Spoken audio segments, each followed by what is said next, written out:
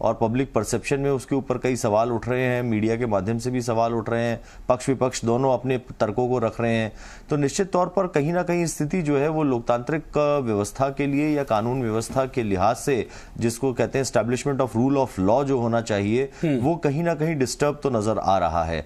और अब मैं समझता हूं कि एक प्रक्रिया न्यायालय के समक्ष है, इसके अलावा भी बहुत सारी चीजें हैं जो अब आने वाले समय में कोर्ट के दरवाजे पर चौखट पे जाके खटखटा के गुहार लगाई जाएंगी। मैं समझता हूं एक प्रक्रिया की नई शुरुआत आप देख ही रहे हैं जो अभी थोड़े पिछले कुछ घंटों में ही हुई है।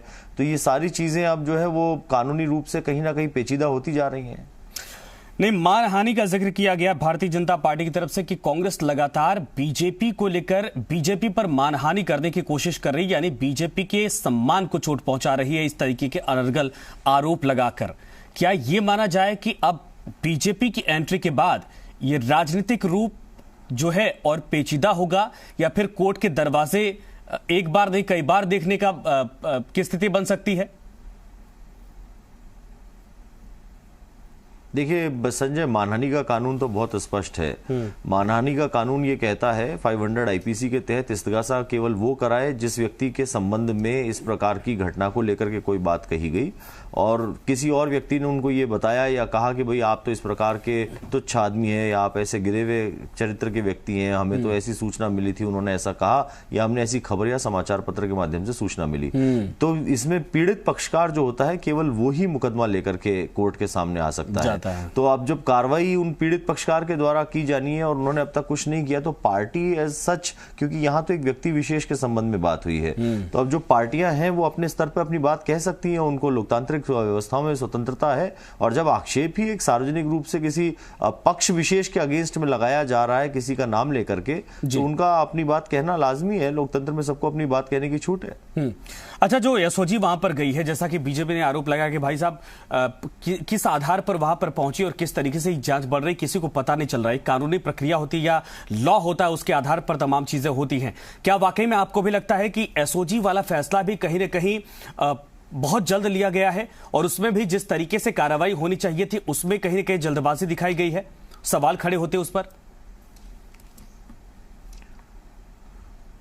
देखिए संजय, अब एक प्रक्रिया है कानून के तहत, अब वो प्रक्रिया तेज चल रही है, धीमी चल रही है, जल्दी चल रही है, और चूंकि मुख्य सचेतक इन्वॉल्व है इसलिए कैसी चल रही है, ये सारे सवाल जो हैं इनका क्रिटिकल एनालिसिस एक पब्लिक डिबेट में हम नहीं कर सकते। और एज अ लॉयर या एज अ कानूनविद हम ये समझते हैं कि अगर चीजों को इसको एग्जामिन होना है तो इनको कोर्ट के दायरे में आना पड़ेगा। और अगर ये किसी को लगता है कि ये प्रक्रियाएं गलत तरीके से अपनाई जा रही हैं तो रास्ते खुले हैं, कानूनी दायरे में आपको जाना पड़ेगा, आपको उसे चैलेंज करना पड़ेगा। उन चीजों को अगर मिसयूज ऑफ एजेंसी है या एफआईआर के अंदर प्रक्रिया गलत दर्ज करी गई है या कुछ तथ्य उसके अंदर गलत है, तो जो भी पीड़ित पक्षकार हैं वो जाकर के उसको चुनौती दे सकते हैं।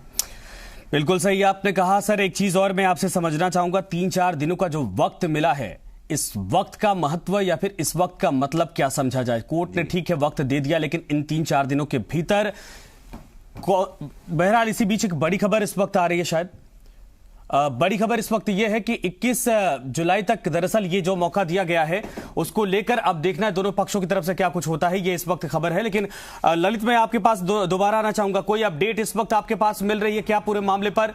चूंकि बीजेपी ने अपना रिएक्शन दे दिया, लेकिन कांग्रेस की तरफ से इस पूरे मामले पर कोई सफाई या फिर कोई जानकारी?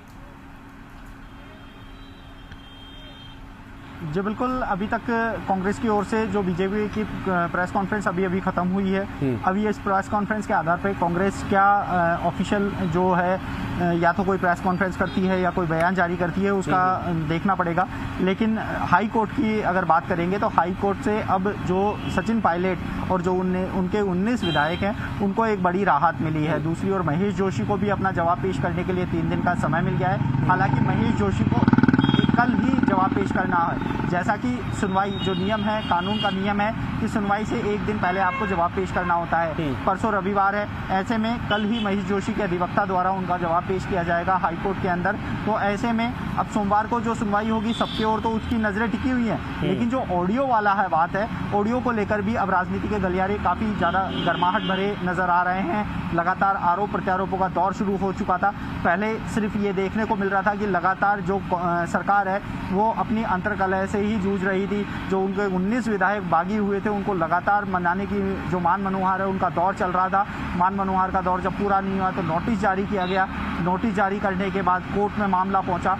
कोर्ट में मामला पहुंचने के बाद ही कल ही कोर्ट में सुनवाई हुई थी। कल एक ऑडियो बाहर आ जाता है जिसमें साफ तौर पर कई बड़े सवाल खड़े होते हैं।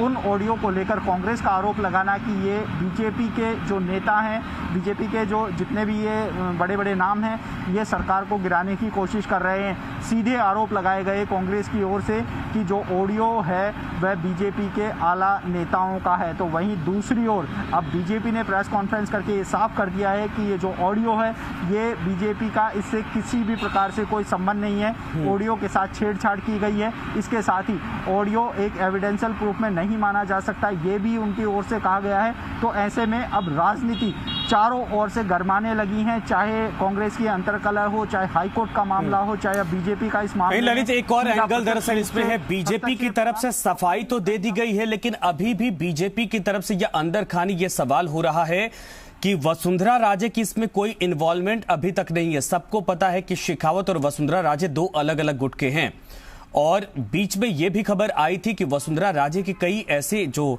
करीबी अधिकारी हैं उनको जिम्मेदारी सौंपी गई है और उनमें से एक आईपीएस जिनको एसओजी का प्रमुख बनाया गया था।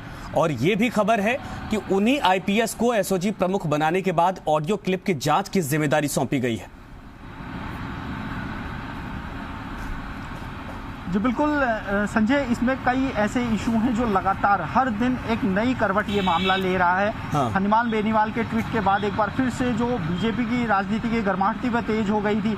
इससे पहले वसुंधरा राजे का कहीं भी इस मामले में नाम नहीं आ रहा था। हाँ। चाहे राजनीति हो, चाहे अन्य कोई आरोप प्रत्यारोप हो, लेकिन हनुमान बेनीवाल के ट्वीट के बाद एक बार फिर से ये मामला काफी गर्माहट में आ गया था। आज भी लगातार पूरे दिन उसी मामलों को लेकर गर्माहट चलती रही। ऑडियो क्लिप आने के बाद अब हालांकि ये एक जांच का विषय है कि ये ऑडियो किसका है, फॉरेंसिक जांच होगी नहीं होगी, या ऑडियो जो रिकॉर्डिंग से पहले किसी प्रकार की कोई अनुमति ली गई थी नहीं ली गई थी।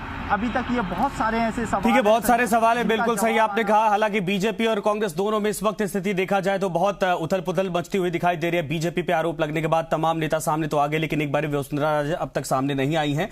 उधर कांग्रेस खेमा, चूंकि 3 दिन का मौका मिल चुका है, देखना ये क्या अगला कदम उठाता है।